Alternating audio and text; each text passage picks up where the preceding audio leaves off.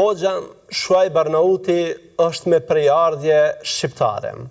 Familja e tij ishin shpërngulur në Damask në vitin 1926.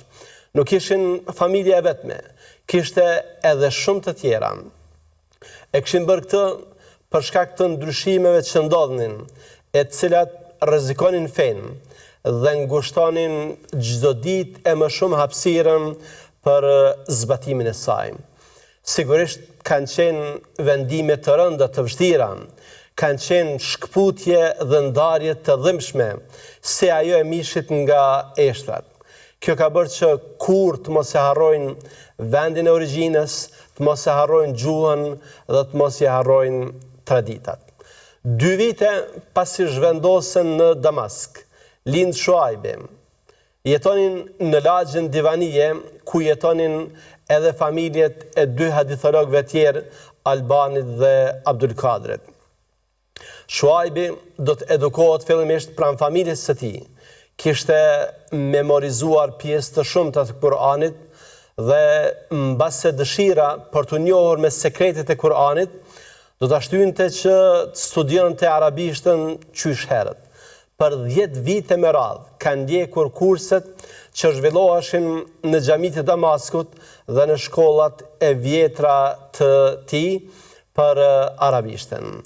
Ai pati fatin që të merrte mësim nga disa emrat njohur të shkencave të gjuhës dhe fesë, siç ishin për shembull Sali Farfuri dhe Arif Dovegji, cilët ishin nxënës të dietarit të madh të Shamit në atë kohë, Bedruddin Haseniut.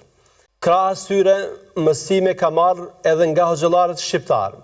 Ka marrë mësime nga Sulejman Gavoçi, babai i Vehbiut, dhe nga Nuh Nexhati, babai i Nasiruddin Albanit.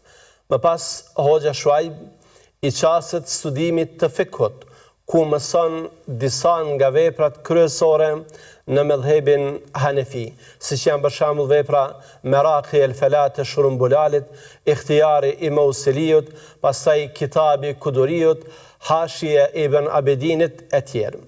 Fikun e ka mësuar për plot 7 vite.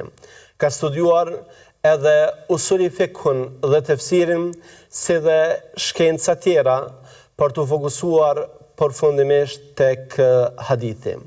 Për fatin e tij dhe të bashkëkohësve të tij, Damasku aso kohë gumzhinte nga dietarë shkollar të shumë. Me kalimin e kohës, diapazoni i tij i dijes u zgjerua. Ai tani më nuk ishte thjesht një pranues i dijes, por ishte edhe një kritik.